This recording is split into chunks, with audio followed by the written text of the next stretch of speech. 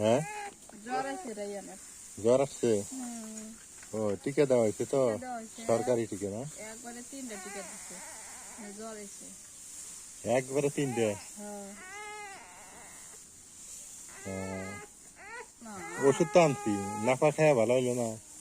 ব্যথা কমছে মনে হয় জ্বর এসে আবার খুব জ্বর এসে নাফা তো খাওয়াইলাম সকালে ও খাওয়াইছি মা ও মা মা আল্লাহ ভালো করবো আল্লাহ কি অবস্থা সরকারি টিকা কয়টা ইঞ্জেকশন দেয় 14টা ইঞ্জেকশন দেয় না কয়টা পড়লো মানে 4টে পড়ছে আরো 10টা বাকি আছে